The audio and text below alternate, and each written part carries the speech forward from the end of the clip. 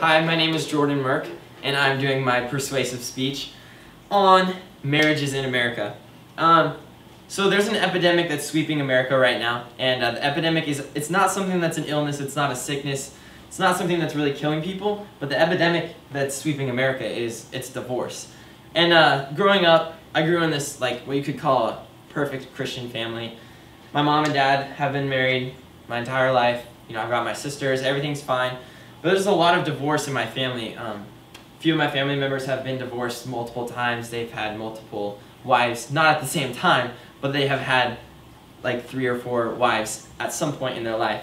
And so as I've grown up, I've really seen that divorce is something that really it kills America, and it kills families, and it kills people. Like, it causes depression and all these different problems in their lives.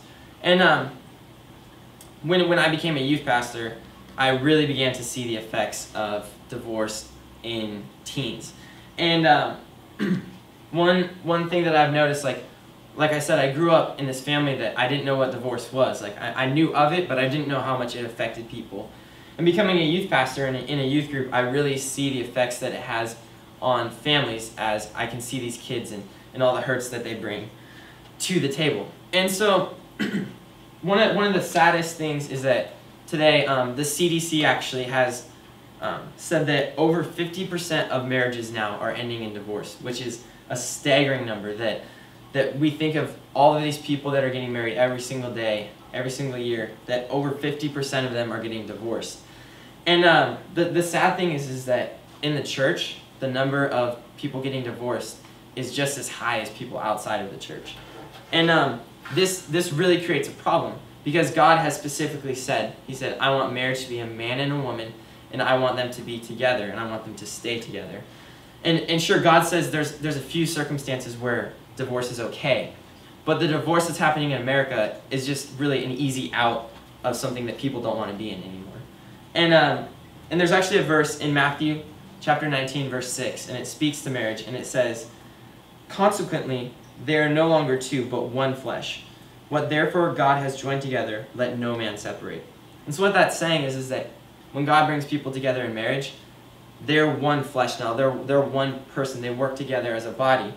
And no man should be able to separate that. And the sad thing is that Christians have allowed that to happen. And this is where it really creates a problem, is we see that God wants us to be married, and He wants us to stay married. He doesn't want us to get divorced. But when Christians are getting divorced, then we're showing the rest of society that, hey, divorce is okay. Like, you don't have to try at your marriage. You don't have to work at this to fix it. You can just get divorced, and the problem will be behind you, and you can move on with your life. And so I really think that this is a problem that really needs to be fixed in America if we want, as Christians, want to show America what God's plan is for our life and the way that He wants to work. And so as a pastor, as a person who works in a church, I see it as incredibly important that we equip the people that come to our churches to be able to fight for their marriages. And one of the biggest ways to do this is by just teaching about marriage and what it's like, what it's going to be like, preparing people for what's going to happen in the future. And then it's also preparing them for what's going to happen after they get married. And then there's another way, and that's counseling. And counseling has been huge, in not just for marriages, but for like depression, for suicide, for all this. It's a fact that counseling works. And so if pastors and people in authoritative positions in churches, if they encourage people to go to counseling, then we can fix this problem. And so the real problem here is that Christians are setting an example for the rest of society, and it's not an example that we want to be setting.